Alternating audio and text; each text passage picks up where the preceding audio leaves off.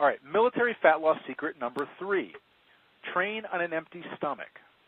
Train on an empty stomach. Now, I bring this up, and this is one of the most misunderstood kind of concepts that have been put out there as an advanced fat-burning strategy, because here's what people are, those that have heard about training on an empty stomach, here's what they've heard.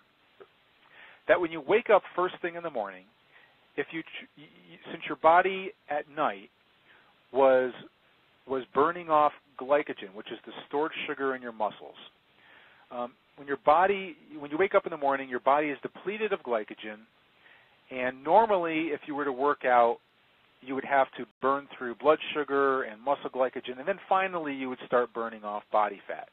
And what's been put out there and marketed out there is that when you wake up in the morning, if your glycogen levels are low, if your blood sugar is low, and you don't have any food in your stomach, then you'll be able to start burning. I've seen everything from 100%, 200%, 300% more calories just by training on an empty stomach. Well, it is true that you can burn some more body fat if you train early on an empty stomach. Not necessarily for the reasons that were given. I mean, remember what I said before. Fat is your body's primary fuel source for low-intensity activity. I'll say that again. Body fat is your body's primary fuel source for low-intensity activity. And at night, you can't get much lower intensity than sleeping. So your body is actually primarily using body fat for fuel while you sleep. It's not using up a lot of muscle glycogen because you're not using your muscles when you're sleeping. So when you wake up in the morning, yes, you will be down a little bit on glycogen because you've also been low on blood sugar as you fasted at night.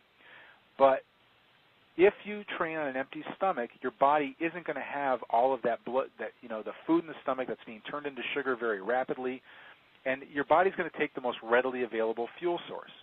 So if you eat something before you train with a fat-burning purpose, and by this I'm talking about like a low-intensity cardio exercise, something like that, then if you have food in your stomach, your body's going to convert that into sugar, and your body's going to use that for its most readily available fuel source while it's metabolizing fat at the same time. That might be a little confusing for people, but the whole point here is that if you can train on an empty stomach, you are already lower on blood sugar, not necessarily much lower on glycogen, but it's that lower on blood sugar and not having that food in your stomach that allows you to tap into body fat a little bit sooner than if you trained on a full stomach. Now, this is especially helpful in first thing in the morning, obviously. You wake up in the morning, you get out there, and you do your cardio training.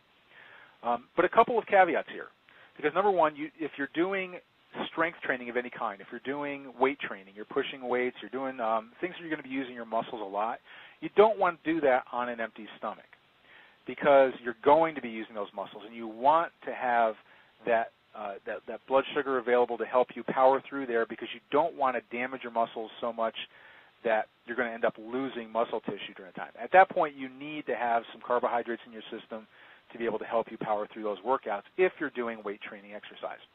The other thing I would say is that if you train later on in the day, obviously you're not going to starve yourself until you work out in the afternoon, but there is a way that you can actually maximize that time that you're there.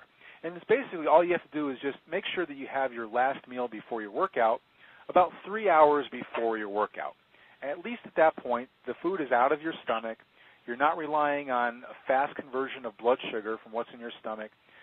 You've already got stored up muscle glycogen, so I mean that's always going to be there for you, but at least you won't have to power through so much blood sugar when you're actually going to train later on in the day. So just keep it about 3 hours after your last meal, and it'll help you out.